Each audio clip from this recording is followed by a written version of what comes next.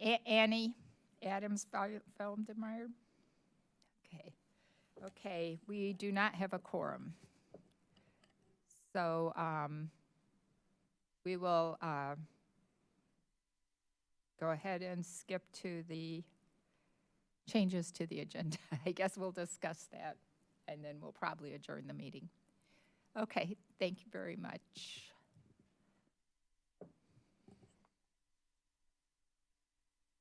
Okay, on the agenda today, we had the Safe Streets for All grant discussion, and something must have kept Annie Adams from being here, because I know she was working on that today.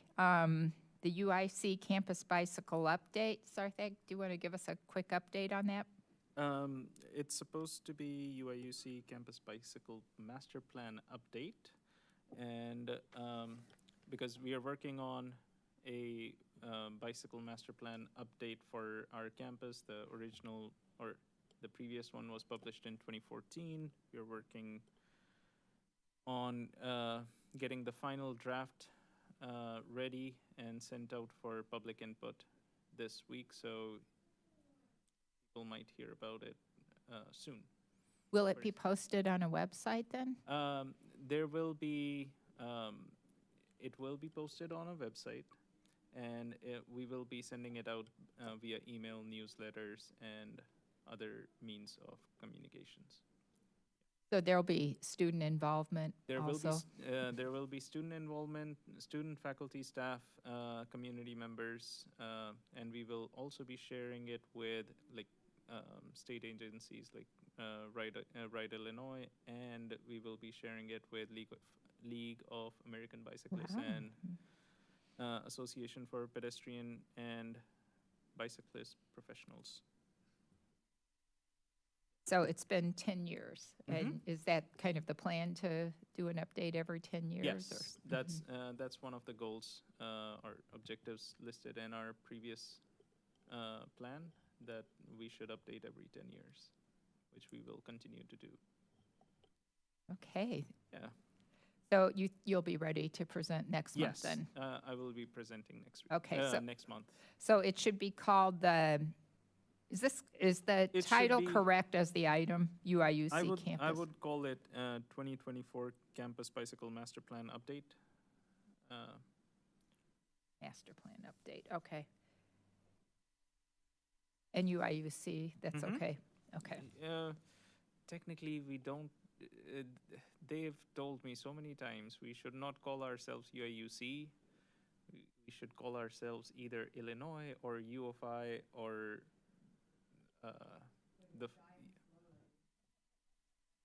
Do they want the? Let's just call it U of I 2024 Campus Bike Master Plan. Okay. And Annie is here. Okay. Yeah. Annie has entered. Okay. We don't have a quorum. That was my theory. Yeah. Well. And I apologize, but I can stick around to approve the minutes, and then I need to leave. Now that we have quorum. Yeah, we do have a quorum with for you this, entering this now. little window. Yep. Yeah, but then we won't have a quorum. Yeah. Do you guys want to do the meeting or do you want to cancel? We're doing a few items. We just got an update from Sarthak about the U of I 2024 Campus Bicycle Master Plan. Exactly. Yes. Well, it will be released publicly Friday, you're saying? Or maybe? That's the target, but Okay. most likely next week. Okay. At the latest by next week. And it will be, the public input will be taken for at least 5 weeks, so end of okay. September. So we don't have to jump right on it, No, but, no, okay, yeah. great. Okay, we have the meeting minutes. April 16th, I got a chance to read everything and correct it. Do we have and then the second one, I guess maybe we need to do these, can we do them together? I think so.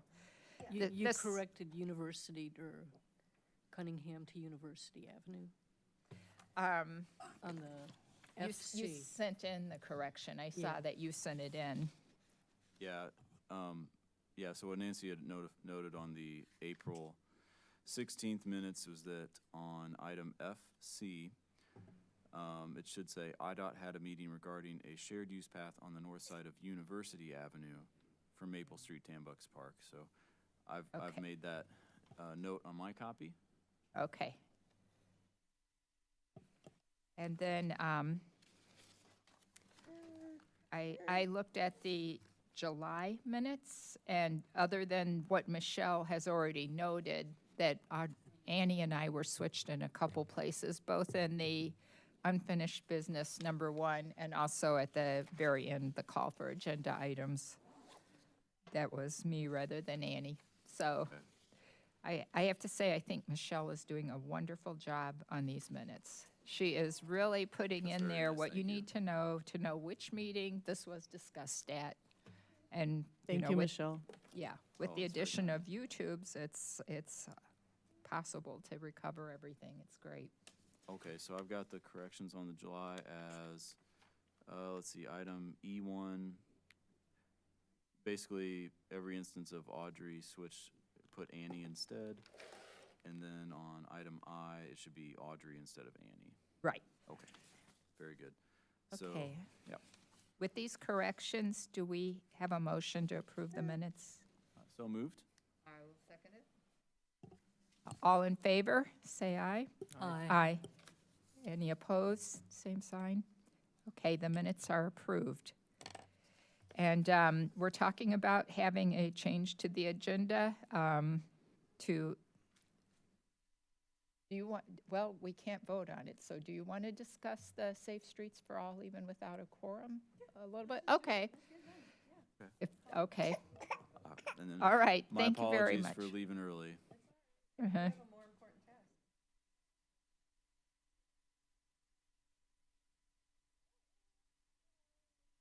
Oh, no, see, you're not actually allowed to leave when you leave.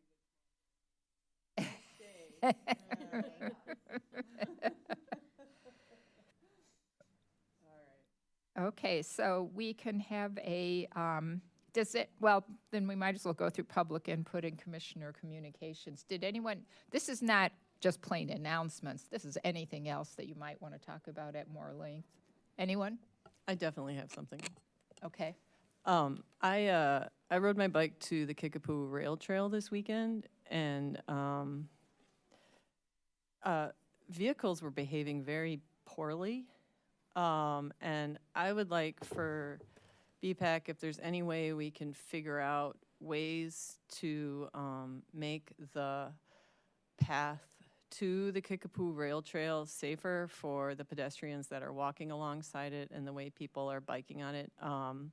I was actually on my electric bike. I was easily over 20 miles. The electric bikes can go to 20. And I had cars, and technically you're supposed to take the lane, and I'm glad I did, because cars, there's a part on Main Street where there's a curve, but cars are driving on there like 50 miles an hour, and they're very angry if you're a cyclist using that space.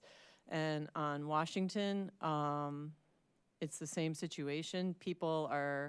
There's a speed feedback monitor there, and that I wish the speed feedback monitor would give people like a smiley face when they're driving the speed limit and slow down when they're not. But right now, what the speed monitor gives people is their speed, and it's really kind of incredible. People are just consistently driving 40 miles an hour down that road. And it's, anyone who's biked on that road know it's not a wide shoulder.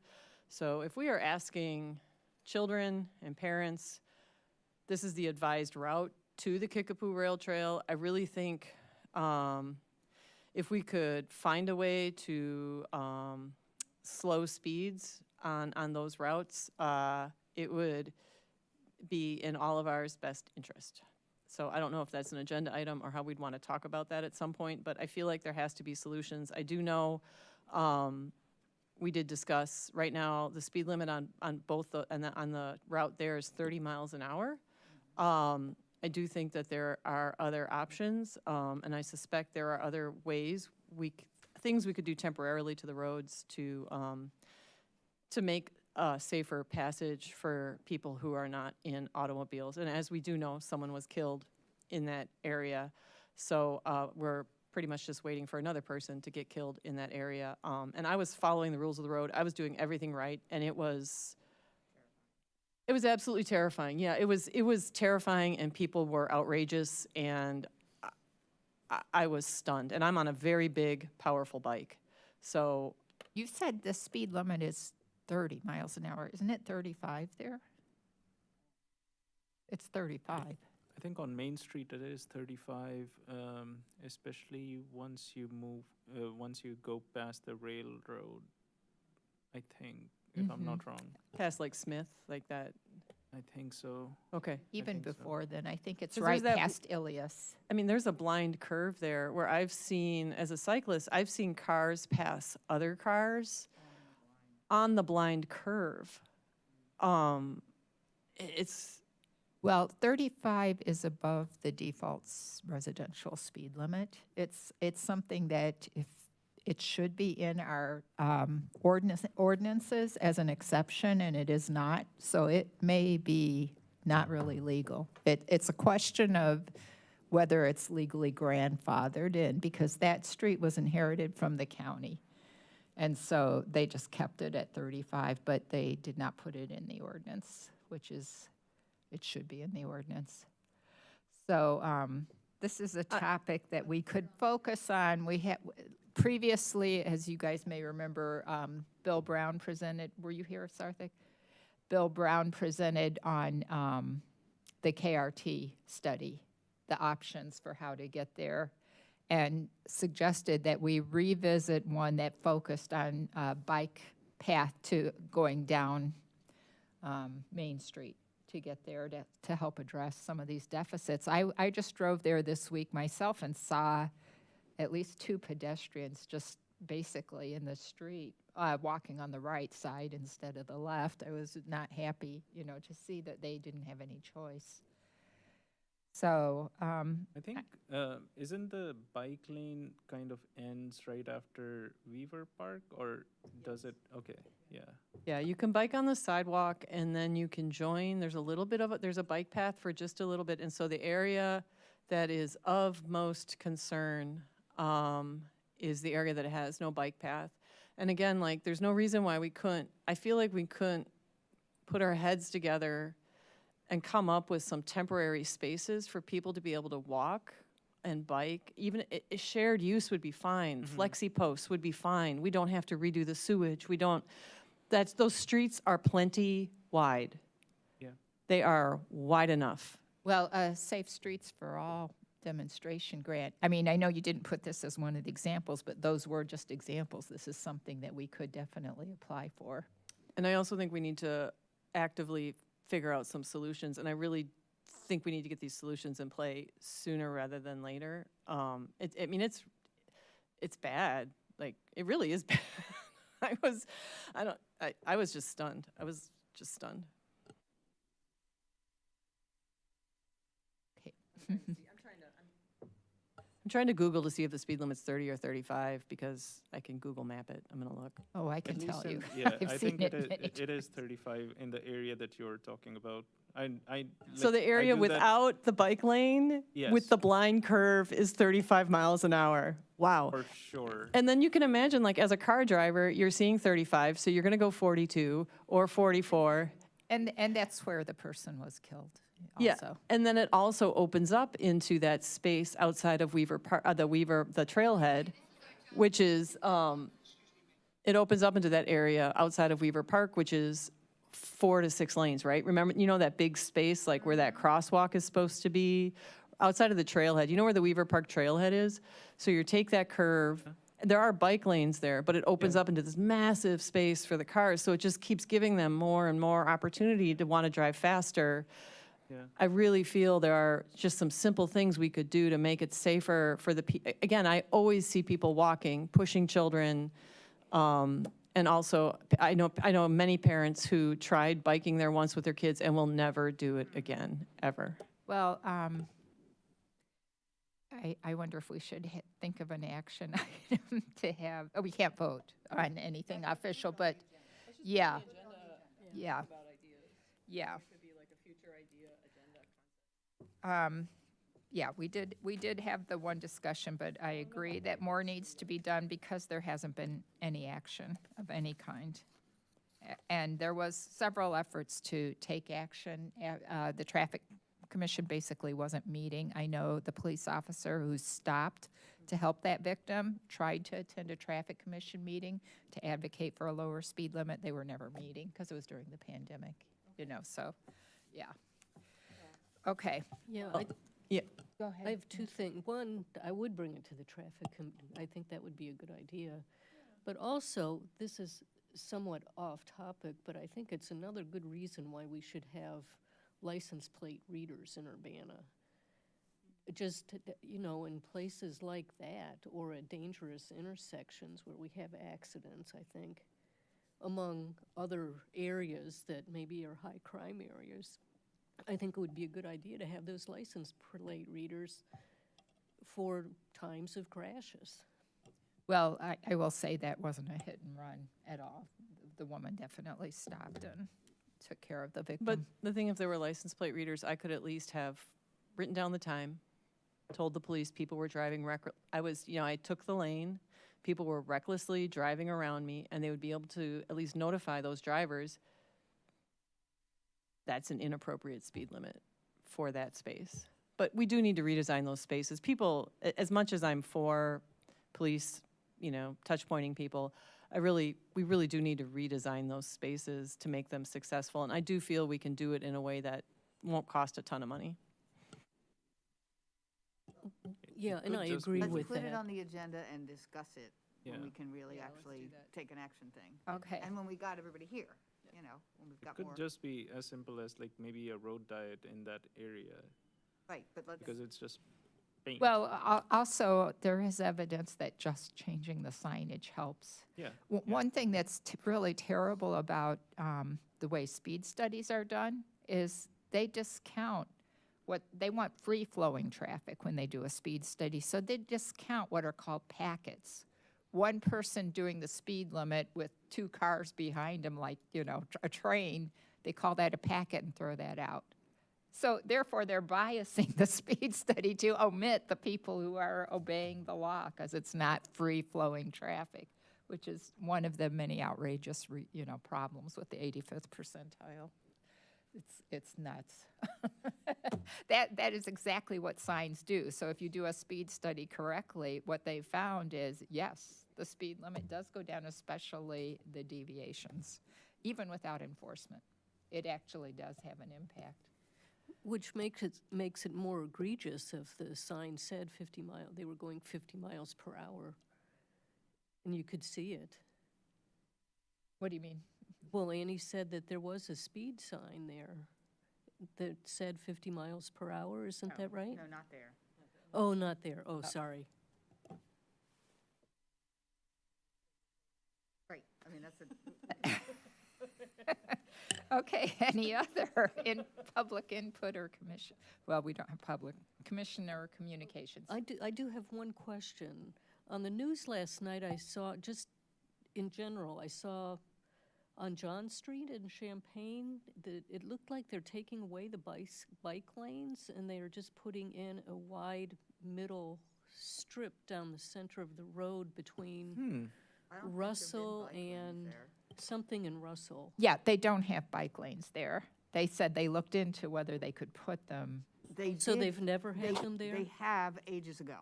They had bike route signs. I don't know Oh, if they I had think- actual lanes. I think at one point, back when I was talking about this with John Gilpin 20 years ago, I think they may have, but then like the codes, Oh, I see. so they don't now, they haven't for a while, but it's just been where if you were smart, that's where you rode your bike anyway, because it was a good Well, bike they route and- definitely had bike route signs for a Yes, very long yes. time, I think. Yeah. But yes, they have done painting that basically, it does like a road diet. It makes it look skinnier, so people will hopefully go slower. Except now, then the bikes really would be riding in with the traffic, it seems like. Which They should definitely would be, yeah.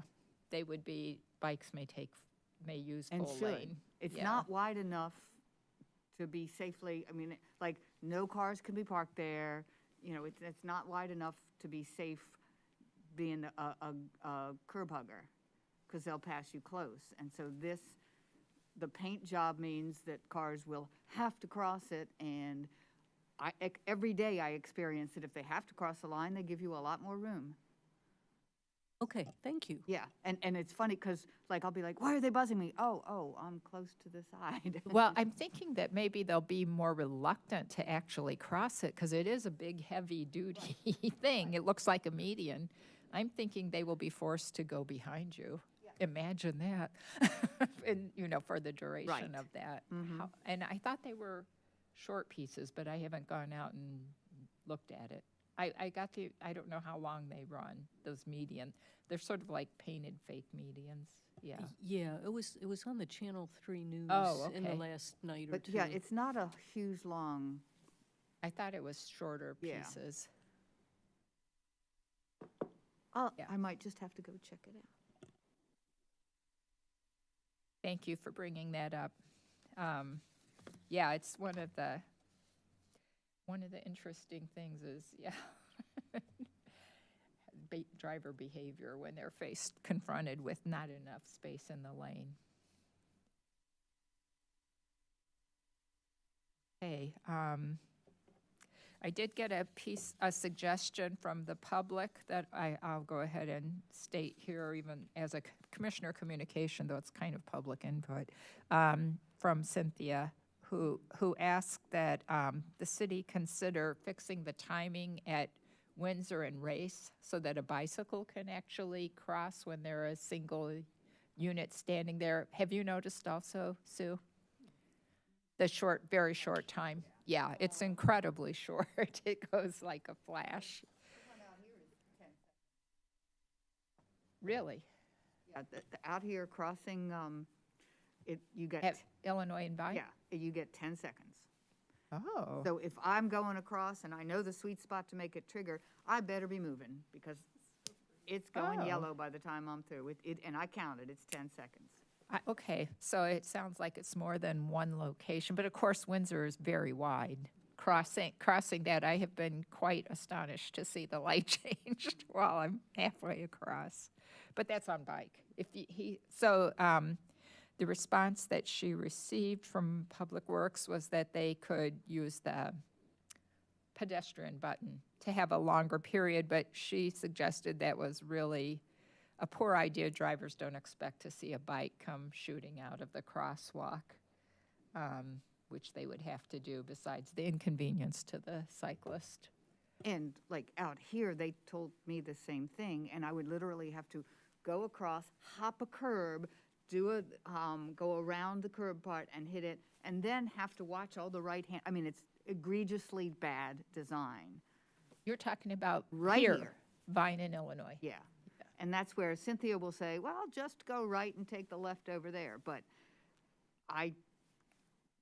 it really continues to amaze me that a bicycle-friendly city will have that right here in front of the. Okay, so it sounds like another possible agenda item, signal timing that is a little bit more bike-friendly when the bike, I mean, it's great that the signals see a bike, that's a big improvement. If you know where to hit it. But you Yeah. need to, okay. You know, and maybe what we make the agenda item for Main Street is just, let's look at existing conditions, because right now I'm looking at a Google map of existing conditions, and that might help us wrap our minds around possible solutions. Because it's tight, but I think we can make it work. I'm sorry, For the Main Street discussion, I think what the best way to maybe discuss it, instead of going right to solutions, is just to look at existing conditions. to start with existing Yeah, just pull up conditions. a Google map and have all of us like look at existing conditions and yeah. And concerns, instead of going to, here are some solutions, let's just look at the existing conditions on Main Street. We can just pull up a Google map and do it as a meeting agenda item. Does that make sense? Just existing condition. Okay, well, I know one existing condition is that there isn't a legal ordinance setting the speed limit at 35 miles an hour. Well, I'm telling you, we have to have a discussion about it. Listen, Okay, Next. Safe Streets for All grant. Annie, I think you made some changes after the package that went out, but they were pretty small, so you could, and we'll have to go over them, I think, at the meeting where we have a quorum. So I don't know how much we need to go over that, but if there's more you want to talk about. I just want to thank, I've had a variety of editors help write this letter, and I just want to thank Nancy, and I want to thank Bruce, and I want to thank Audrey. And Audrey was the initial person to write it, and for allowing me to kind of rehash it. I actually wouldn't mind I'll just kind of quickly read it, because I think it always that's useful. And then I want to talk about the big question I have for all of us who are here today are the examples. So let me just start, I'll read it quickly. Dear Mayor Marlin and members of the Urbana City Council, the Bicycle Pedestrian Advisory Commission, BPAC, unanimously urges the city to apply for US. Safe Streets for All Road Users SS4A grants for FY 25-26. BPAC has confirmed with Champaign County Regional Planning Commission that Urbana can apply for the implementation and/or planning and demonstration SS4A grants. In 2024, nearly $1 million was awarded to CCRPC for supplemental planning and demonstration activities. About $200,000 will go towards demonstrations of safety improvements on North Lincoln Avenue. I'm going to just skim a little. About $800,000 will be used for county-wide Vision Zero data collection and safety planning with a goal of 0 Champaign County traffic fatalities. The CCRP's success in securing this funding is encouraging and suggests a similar application by Urbana will have an excellent chance of bringing in much-needed revenue for the city's safety imperatives. Federal funding for the supplemental planning and demonstration grant for fiscal year 24 is $461.5 million. Every eligible SS4A application was awarded financial support in the previous 2 years. The U.S. Department of National Transportation Safety Strategy is pursuing a safe systems approach to traffic management, which aims to eliminate fatal and severe injuries for all road users. Safe speed is a critical element of this approach. The SS4A grant process specifically approves speed management studies and plans. The grantee matches 20%, which can be in-kind services. Several communities of comparable size in Illinois, such as St. Joseph's in 2018, Savoy and Crystal Lake, population 40K in 2021, reduced speeds on residential streets from 30 to 25 miles per hour. An SS4A planning and demonstration grant would support Urbana's efforts to review similar street safety options. Additional activities an SS4A grant can fund include planning and facilitating public meetings on street safety options, testing traffic calming measures at high speeds and frequent crash locations, creating educational installations to improve situational awareness for Urbana bicyclists and pedestrians, including K-12 students, deploying crosswalks and other bicycle and pedestrian safety infrastructure, supplying safe routes to school activities. The application process is manageable by design with a one-page narrative and a two-page description of demonstration projects. Because these funding opportunities align well with Urbana's aspirations for safer streets, BPAC strongly encourages submitting an SS4A grant application in the coming year. BPAC is ready to assist in these efforts. There are some references. One is about Boston lowering the speed limit. Another one is about Seattle. The thing I would like to pay our attention to at this point was Audrey made a very wise edit. The following examples demonstrate conditions found throughout Urbana that SS4A projects could fund. Illustrated are Fairlawn and Vine, improve pedestrian crossings for students, faculty, and staff at UMS/UHS with crosswalks, vehicle stop bars, and pop-up stop signs. Anderson and Washington, enhance safe routes to school with crosswalks, vehicle stop bars, and stop signs. Anderson and Fairlawn, enhance crosswalks and add a traffic circle to manage speeds. Paint the backs of stop signs red to increase their visibility. I would like to add here, I will volunteer to do that. I will note that I started looking at the backs of signs, and yeah, they're invisible at present, except where they put those LED lights. But this would be a low-cost way. It's low cost, and it is actually, it's proven, if you Google it, it's proven that actually, and my theory is what happened was, I bet they used to be punched from red metal. That's my guess, is they used to be punched from red and yellow metal, and now we don't punch them anymore, we spray them. So then number 5, which is the controversial one, yet dreamy, test Washington Bikeway. Increase safety, add value to the neighborhood, reduce conflict with south side driveways, manage speeds. So I don't know, I definitely like the idea of including the first 4. I don't know if including the 5th one is like a red herring that will send people off the deep end. And then the other feedback that I got on this was, does it look like you're just focusing on one area? Well, realistically, these are just things I've presented on before, and it was easy to grab. So I was trying to make it just seem like, here's just sort of some stuff that we could do if we had some money. So that was the discussion I just sort of wanted to have. We don't have to kill ourselves over it, but I just thought I would ask if people have feedback on that. In the same area, I would also recommend, like, we also had a discussion about wine and Michigan or wine and Pennsylvania. Either one of those or both of those should have a crosswalk or a stop sign or something, because at Michigan, that's just at the school. Pennsylvania is Blair Park. So yeah, like those are high traffic areas where people are crossing the streets, but there is no stop sign, there is no crosswalk. And I am, like today, I waited 1.5 minutes on my bicycle waiting for traffic to slow down so that I can cross Vine Street at Michigan. So Michigan. there's Vine in Pennsylvania, and what was the other one, cross street? In Michigan. Okay. And we talked about this because, like, there is only a stop sign at Washington, and then the next stop sign is at Florida. Yeah, and one of the reasons I included examples was, first off, a lot of people just don't see the world the way we see the world. Right. So I always think it's good to just sort of illustrate it. And then the other reason why was because who's the delightful human who is the new city planner, and she said, if it's possible, could you guys give us exact examples of things that you need or that you've talked about? And so I thought, well, yeah, we can do that. So that was the other reason why I wanted to put in exact examples. So I can work in Vine in Michigan, and I can work in Vine in Pennsylvania. I think those are really, sorry, they're serving the whole community through the schools. Yeah, those are really, really excellent choices. I just even don't if want it like seems folks over by like the MLK school, to be like, Well, there are issues on Fairview.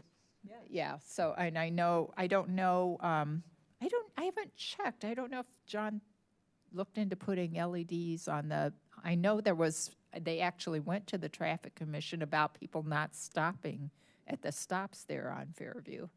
So I wonder if they thought to put LEDs on those stop signs. We should check. I know Cynthia's had trouble there too when she's conducted her school learning to ride the one, things. I don't know who gave me this feedback. I can't remember exactly. Actually, I think I do remember.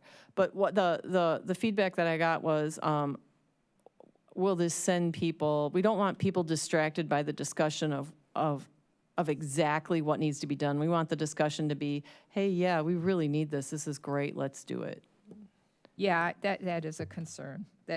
The Washington Bikeway is super cool, but I think it's possible that people will think, oh my gosh, you're proposing this huge overhaul, even though it would be a temporary test. Well, and it's also the other reason why it could be keeping in our back pocket is because we also really would love that intersection by Huaraches. We've all talked about it. The city has at one point planned to put in a roundabout there.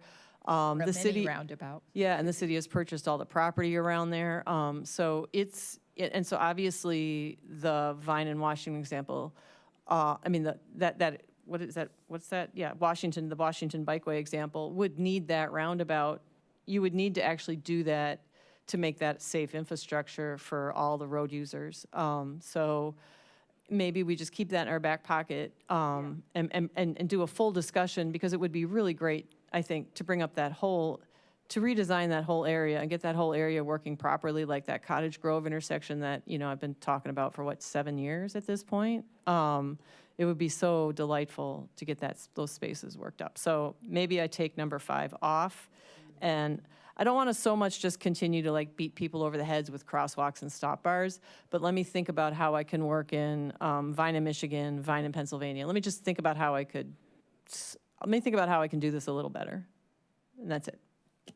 Cool. And it could be that actually, it could just be that the concept is the crosswalks and the stop signs. trying to say, yeah. And so Right. that way, you could even bring in Fairview. Here's Yeah. another example of a Right. place, and the solution would work for all of these places. Right. And then y'all can decide Right. which ones. Yeah, it's supposed to be, yeah, the way I'm trying to, and I'm That not, way, we're not going to have this is our neighborhood, we want it first. right, yeah, I'm trying to make it be like, these are solutions that we can deploy, these are fundable solutions that we can deploy throughout the city. How about that? Huh? Mm. And then, yeah, and so I would include Fairview in the, Well, just in the example, for example, blah, blah, blah. yeah, I think that would be excellent. Also because one of the current city council members was concerned with that. It's Martin Luther King. It's the stop signs there. Lincoln's a signal. It's the stop signs, I think maybe on the other side of Lincoln. I'll be honest, I was driving my car over there, and I mean, okay, it's a black car, it's not orange, but a car didn't even see me and blew through that stop sign. I was pulling out of that school. It was during the Yeah, Urbana Amble. That's what they find It was a lot. it was Uh-huh. it was the craziest thing I'd ever seen. I don't know. There's something wrong with the way that space is designed. Exactly. That's the place that could use your designer touch. And I would just like to mention, in May 2024, $64 million were awarded. There were 99 awards in 34 states. This is for the grant, for 2024. We're talking about 2025 now. And there's going to be 2 more rounds of announced awards. But anyway, I would like just to draw your attention to Greeley, Colorado, a population 3 times the size of Urbana with a similar fatality rate. They received $8 million for their grant, and they will be piloting speed management technologies, conducting MUTCAD, that's the regulation engineering studies to increase visibility of vulnerable road users, and piloting quick build activities through feasibility studies that will inform the city's in-progress comprehensive safety action plan. So, I mean, they are just giving money to people who will apply and say, I will use your money. I mean, it's not like they're throwing money away. I mean, this is a very expensive problem that we have in this country, with over 40,000 Americans getting killed every year because of unsafe road conditions that we've built for a variety of reasons. And we have to find solutions to them. And we do know that money will be saved if we have 0 fatalities and if we have less vehicular accidents. So it's not like they're throwing money away. It's just that it's targeted, the money targeted to solutions. Mean to imply, yes, they're putting a focus on safety like they've never had before, which I attribute to this administration, and let's hope we have a good administration in 2025 who has the same priorities. Okay. We don't have any city officials, new business, no announcements. Students are coming back. Noticed. So this is move-in week. Classes start next week. So campus is going to be a lot more crowded. And Parkland surrounding started areas. Monday. Parkland started Monday, so there, which is less influx of humans. Yeah. But it does mean people are going places. Also, they closed Busey Avenue for this week, which might put a little more traffic on Lincoln too, unfortunately. But Yeah. Next, I already talked about the bike plan update, but let's talk a little bit about Bike Month update. So we have Bike to Work Day planned for Wednesday, September 18th, from 7 to 10 a.m. We are organizing Light the Night event, the Bike Lights giveaway event on Thursday, September 19th. Then on the 20th is Parking Day. So those are a few bike-related events that are happening just in that week itself. Rain date for Bike to Work Day is going to be Friday the 20th of September, and rain date for Light the Night will be Tuesday, September 23rd or 24th, whichever is the Tuesday. First off, it's impressive that you're not even looking at a piece of paper and saying this, but September 18th is a Wednesday, and that is Bike to Work Day. Yes, Got it. yes. Yes, yes. Well, we had to do that 3 years ago, indoors. That took indoors. We had to do indoors. Yeah, yeah. I cannot think of other announcements. I am installing eco counters all over campus. Hopefully by the next month meeting, I will have an update about 14 new counters that are being placed in and around campus. So we'll have about 24 counters in the university district. All the data is available for city or campus or community, basically. Like if any student wants to look at the data, they can reach out to us and we can grant access. We do publish monthly data from those, and if somebody wants more detailed information, they can reach out to us and we can give them that. This is bike or bike and ped? Both, Both. bicycle and pedestrian data. I know last year there was discussion of doing like A-frame signs or yard signs, trying to encourage cyclists on campus to slow down, follow the rules. Is there any thought process on that? Were you able to get that done or not? We did not have many further discussions after that. We had a few in the beginning, but it did not move forward. But that is something that I would like to do, especially, and again, like it's one of the objectives in the bike plan that we want to have some sort of like dismount zones or slower speed limit, especially in major pedestrian areas. So like all the quads or places that are leading to the quads. Or just like, because a lot of the students there's no driver's ed. A lot of students have never participated in driver's ed and less are participating every year. So and like there's just basic bike rules that people don't know, like pass on the left. Or, that's like my pet peeve, like I beg you, pass on the left. Slow down, share the lane. Just real courtesy things. But what's funny is like we forget about it by the end of the year because everybody's almost died 3 times and they're like, oh wow, I should probably, I see. So it's like the etiquette kind of sorts itself out. But it would just, I wish there was a way, and I don't know what that way is, So that we could train people better. We try to educate more and more people with bike safety quiz and everything. We send out the bike safety quiz information by newsletters and share that information during tabling events. And any newsletter that I send out for all the people who have registered their bicycles.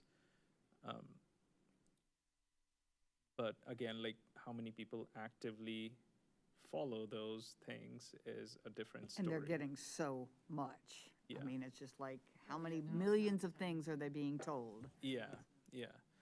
Um, And I would just like to say, in the past week, I have seen like a multiple 100% increase in people biking around, and all ages. It's just so lovely, like small children, big children, old adult, like everybody. It's just so great to see. yeah. It's interesting contrast with the 1980s. When I came here, there was so much enforcement and so many rules. It was kind of crazy. You couldn't bike here and there. I kind of like the free-form appearance right now. I'm amazed there hasn't been more problems. People seem to sort of have some idea, which it's interesting. Because in the 80s, it was like you had to be constantly looking for a cop everywhere. And I just remembered two more things. One, Bird Bike Share is here. They have 500 bicycles in the market. So we have 750 with VO and 500 with Bird on campus. So let's see how that works. Hopefully it will be good and we'll receive less complaints, but let's see. I have to say, I've been biking to Crystal Lake Park in the morning, and every time I go to Crystal Lake Park, I see people in full scrubs using those VOs. Yeah. The VO scoots. So I would love to see the data on, it's just really cool. It's just very cool. You just see these people in full scrubs, just like coming down that hill, like at Crystal Lake Park, yeah. And VO also, like, over the summer, they introduced this Apollo vehicle, which is a two-seater. Yeah, at the same cost as Cosmo E. It's a two-seater. No, like a moped or a motorcycle, which, yes, so it's just a longer seat. The wheels are bigger. I like the safety features on that more, but personal opinion, they look a little more like motorcycles or scooters. Yeah, and I don't know if I'll be surprised if they'll be successful, because when I see people on campus checking out the scoots, they kind of enjoy like each one having their own little scoot and like moving around by themselves. Yes, but and there are people who would have two people on their Cosmos. Yeah. It'll be interesting. Yes. Yeah. Yep. Sounds like it's a cost saving, so people who are Yes. using these for Yes, commuting, exactly, say yeah. on Long University Avenue, And- will prefer those. Yes. I still hope they don't go and write these on university, but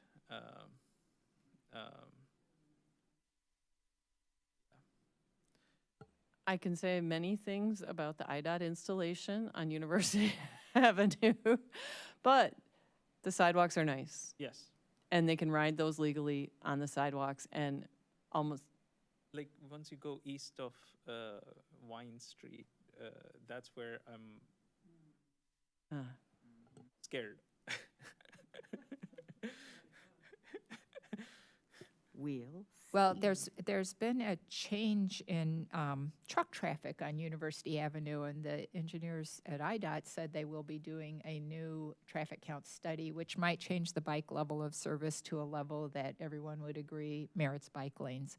And that's because Emulsicote has moved to North Lincoln, and 70% of its operations anyway, so greatly reducing the truck traffic, which was the major sticking point for bike level of service. So, what? my question is, where is the truck traffic now? University Avenue has a much higher rate of percentage of truck traffic than, say, North Prospect, which they're proposing an actual complete street for. And it's because the truck traffic is only like 3% of traffic on Prospect, and it's 9 or 10% on University Avenue. They're counting buses as trucks. that's another issue. So hopefully when they redo this study, they will also note what our bus is and perhaps give them a little bit of leeway. But more importantly is the formula they use to compute bike level of service is so weighted by truck traffic that if that's reduced, that alone could be enough to knock it into a C level instead of a D level. And another truck traffic discussion at some point would be nice to have is Washington Avenue right now has a lot of truck traffic, and that is a residential street. And again, we are allowing trucks to drive over 30 miles per hour on that street, which is just bad. Yeah, I'm saying the right words, Washington Street. Street.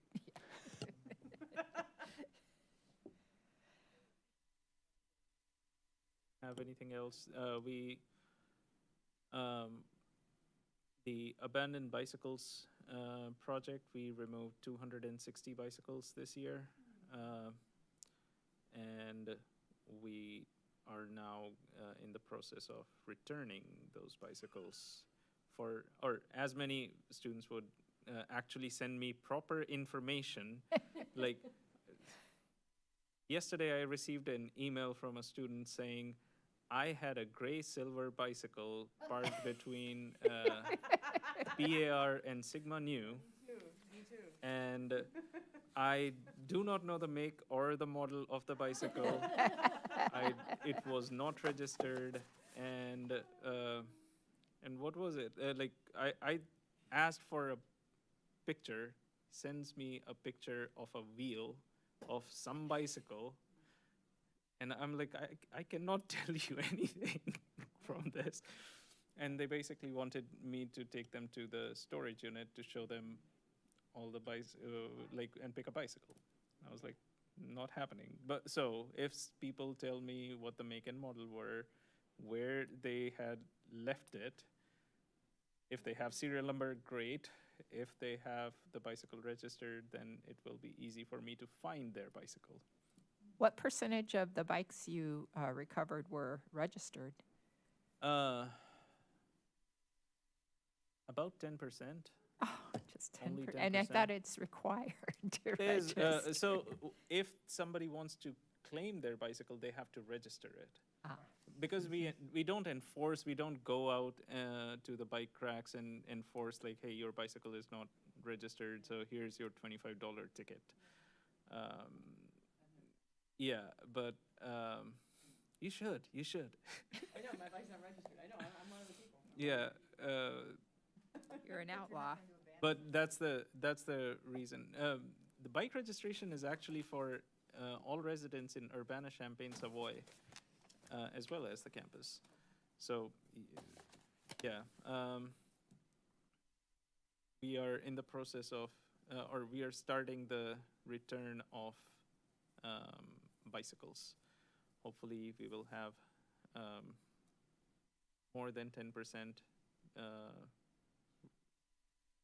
return rate this year. It's La- 260, what's that, do you have it compared to other years? Last year, it was the same number, and Yeah. we returned 25 bicycles. The year before, we had 500. And and Because that we year- were hoping with like the VO that you would get less. I think it has reduced the number of bicycles that have been left on campus, plus with the amount of communication that we have been sending in April has definitely reduced the number. Next year, I expect even less because I'm purchasing some shipping containers for bicycle storage, where that will be available for students to store their bicycles over winter or summer. Where will they pay for that, or how are you gonna? They'll have to register it, right? I love it, love it. You have to register your bicycle to use the storage facility, and it will. The original plan is it will only be available to students living in dorms. And if we have space left, then we'll open it to other students, but it'll only be for students because students are paying for this. Where will they be located? Just across from Campus Bike Center, right next to the personnel building. That's absolutely fantastic. I would hate to leave my bike out year round in these conditions. That's just absolutely fantastic. Thanks for figuring out, that's I don't know who It's came a up. very permanent, temporary solution for us. Yeah. Because we are, I mean, since, considering like we don't want to build, or we want to be net zero, like in space growth, if we are working towards sustainability goals, we don't really want to build a new building to store bicycles. Like Recycling. having used shipping containers as something like that makes more Well, sense. and anyway. one thing, I know this might Then sound they like a can pipe move them. dream, but like the housing, they definitely don't have enough housing, and they definitely gonna be building new housing.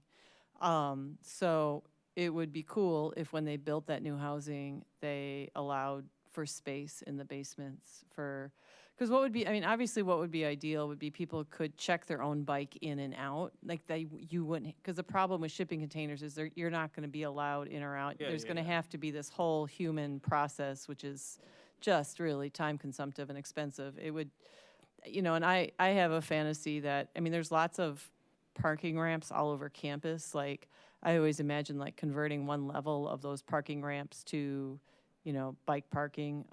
But I don't, there's a lot involved in that sentence. But that's always kind of been one of my fantasies, is that people could, because it would just be so great. It would be so helpful for people to be able to park their bikes indoors.